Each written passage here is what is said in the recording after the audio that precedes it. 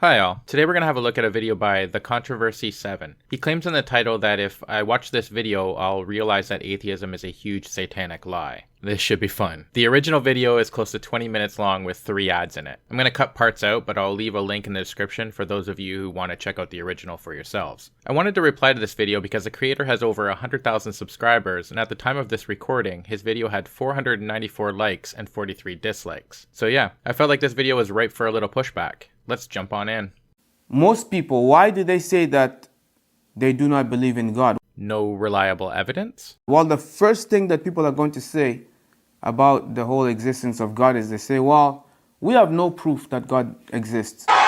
Just like that. That's all there is to it, Dustin. That's all there is to it. A winner! So therefore, God can't exist because there's no evidence for that.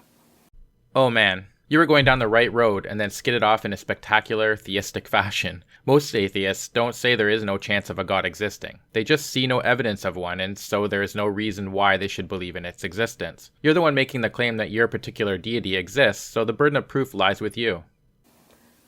And it's fair statement. Why? Because the human mind deals with things that like, you know, humans usually Yes? think, or they go based on their 5 senses. And since you're a Christian and believe in a deity that wants to be found and is capable of literally anything, it shouldn't be a problem for this God to provide evidence that would convince me of its existence. Second thing that people would often say with regards to God's existence, they say, well, God doesn't exist. I believe God doesn't exist, and he can't exist because... Ugh. They don't usually say he can't exist. They say they see no reason to believe it exists as you describe him. Why do so many theists just flat out feel the need to misrepresent the position of the majority of atheists? Why not tackle what they're really saying so we can have an open and honest discussion? He doesn't make sense. That's true. Your religion is full of contradictions. I've yet to hear a coherent description of God that makes sense to me. And it makes sense. I agree with that statement. God does not make sense. So we're done here, right? I'm getting the sinking feeling you're about to tell me that you've dedicated your life to something that you don't have any evidence for and can't make any sense of. And I know some of you Christians out there are probably going to be like, whoa, whoa, whoa, whoa, whoa, whoa. Did you just say that God does not make sense? Bruh. Hold up. Well, yeah, that would be a natural reaction when you come to the realization that you believe in something that is illogical. So how are you going to get around this little conundrum that you've created? It makes sense that God doesn't make sense. Why? Because human logic dictates to us that things which make sense to us are logical. Wow, that's deep, man.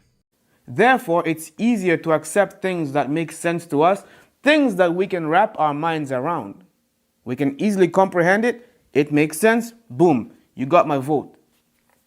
Okay, let's see if we're on the same page here. You admit that it's easier for us to accept something that is logical, coherent, and makes sense to us. Yet this deity, who supposedly has infinite power, has decided that the best way to convince us of its existence, which by the way is the only way to achieve salvation, is to make itself as illogical and out of reach as possible. Sounds legit. That's how it works. But this logic that we have, we can't seem to fit God within this logic of the human understanding. Why? I'm going with because it's nonsense for $200, Alex. It's simple. Because God is illogical. If God invented the human mind, that means he placed logic within the human mind. God invented logic. So, wait, this being invented logic created us to be logical beings, even though this entity by its very nature is illogical, and then it demanded that we believe in it despite all that. He gave us logic, he gave us wisdom, he gave us understanding. But guess what? What? That logic, that understanding is limited. It's limited just enough so that we can't understand this being that demands our worship. How convenient. But hey, on the bright side, he did send people like you to explain the nature of this being. And there are all sorts of people who put on funny hats and pretend to know what this illogical, nonsensical being wants from us and how we should live our lives. We exist in a realm of the physical. We are in a physical realm, the physical dimension. And guess what? There are things which we cannot see, which exist. Yes, but just because you can't see something doesn't mean there is no good evidence for its existence. I can't see gravity, but I can see its effects. God created both things which are visible and invisible. I don't suppose you're going to offer any evidence for that claim, right? However, staying on the subject, we say God does not make sense, therefore he is gone from the picture, but we are not looking at the real message here. What's the real message then? Because if we say that this is so, here's what you got to think about. In order for you to create something, when we create the most sophisticated computers and we make artificial intelligence. This sounds like it's shaping up to be an interesting analogy. Please go on. We create codes. We put the logic within within the artificial intelligence, the computer that we create. Now, do we have to be bound by the laws, by the rules which we have created for that computer? What laws are you talking about? Yes, we'd be bound by the same physical laws as the computer we created. My computer is subject to the law of gravity in the same way I am. Or are you talking about legal laws, such as not killing or stealing? I would argue that if we were able to create, and this might be the case in the very near future, an artificial intelligence that could feel pain, was able to suffer and comprehend that suffering, and or that was conscious in some way, then I would argue that they deserve the same protections under the law that we enjoy. I'm sure there would be people out there who disagree with me, and we could definitely have that discussion, but if an artificial intelligence were sufficiently advanced enough to warrant such a discussion, I think there's a fairly strong case to be made in its favor. I certainly don't think we would have the right to torture and mistreat such an advanced AI, and I wouldn't blame it for resisting if we were doing it harm. Even if I'm more powerful than this AI, that doesn't mean that makes me right. But anyways, that's a subject for another day. Yes or no? I think you know the answer to that. Obviously, it's no. I don't think it's so obvious at all. You have to be outside to be able to create something. You can't be bound by the laws and rules of that which you create. You can't. Outside what? What are you talking about? What rules and laws? And if I'm constructing a computer, what exactly am I outside of? That ultimately means God cannot be, if we can be able to take God and we can be able to fully comprehend God in our mind and everything about God makes sense to us, then this God he is not worth worshiping. Well, judging by your Bible, I don't think it would be worth worshiping anyways. But you do make an interesting point here. I don't understand everything about individual people either, yet some people worshipped other human beings. But whether we understand something completely or not doesn't mean that we couldn't see evidence of its existence, especially if this entity did all that you said it did and was capable of doing anything. Given this, it would be a simple matter for it to convince me of its existence. God would not be worth worshiping if we can be able to wrap our minds around his existence, and if we can be able to fully comprehend his existence and say, okay, I know everything about God. If you know everything that there is to know about God, that God is not worth worshiping. According to you, but we're not asking to understand everything about this God. We're asking for evidence of its existence. Here's the thing that doesn't make sense. Because we are bound by time. We have beginnings and we have ends. That's a part of the logic which God gave to us as well to be able to understand. We have beginnings and we have ends. So for us to think outside of the box and to think something that never has a beginning and never has an end, it's infinite or it's infinite. Right. Now please provide evidence of an immaterial, infinite God that is outside time and space. That automatically doesn't make sense to us. Why? Because we don't exist in that realm of the infinite. All right, now please provide evidence for this infinite realm. Where does it exist? Where is it in relation to our own? I think you're just making it up because it allows you to continue to believe in something you desperately want to believe in. A finite mind cannot be able to comprehend an infinite mind. You got to think about this. These are things which go beyond the human realm of understanding.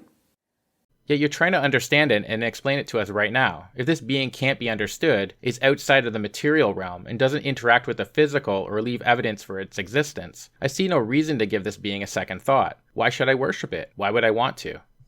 Now, on the subject of the finite versus the infinite, you got to ask the question, Because we know that time for us has a beginning, because we have beginnings and we have ends, then we got to ask the question, if we step outside for a minute, outside of our realm, and we look at time, the nature of time, then I'm going to ask you the question, when did that first second begin to tick on the clock?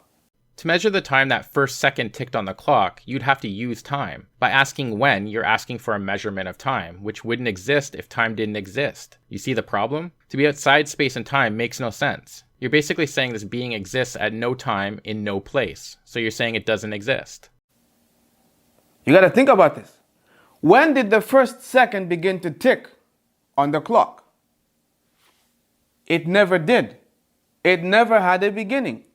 Right away, when you start to think about the nature of time itself, time never had a beginning, and it doesn't have an end. It's infinite. That already supersedes the human logic, the human understanding. How does it supersede logic or understanding? You just use language to communicate that concept to me. I understood it. I might not agree with it, but it doesn't supersede understanding. I don't understand what this has to do with God, because you're basically just saying the universe could have existed forever. Maybe it has. I don't know. Anyways, he's just going to say the same points over and over, so we're going to skip ahead to the next relevant point. This is why you should subscribe. I sit through it, so you don't have to. You got to think about that. Order out of chaos.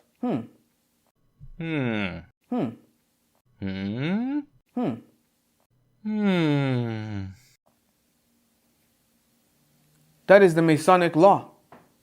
Order out of chaos. It's written. These things are right in front of us. It's right in front of you. You can see it, yet you're missing it. You're missing it. Oh my God. What am I missing? They're giving you the hints of who's in charge of these theories that's being promoted to you. It's Masons. Freemasons are the ones who are promoting these teachings for you. And these Freemasons are at war against God. Oh, I see. I wasn't missing anything besides the crazy conspiracy theory. Their true mission is to get rid of anything that has to do with God Almighty. You got to think about these things. Who is the head architect? Who is the grand architect in Freemasonry? It's Lucifer. Okay, I think we've reached peak levels of nutty conspiracy theory here. Honestly, he just rambles on for the rest of the video, and I've had all I can take. I hope you enjoyed the video. Take care and cheers.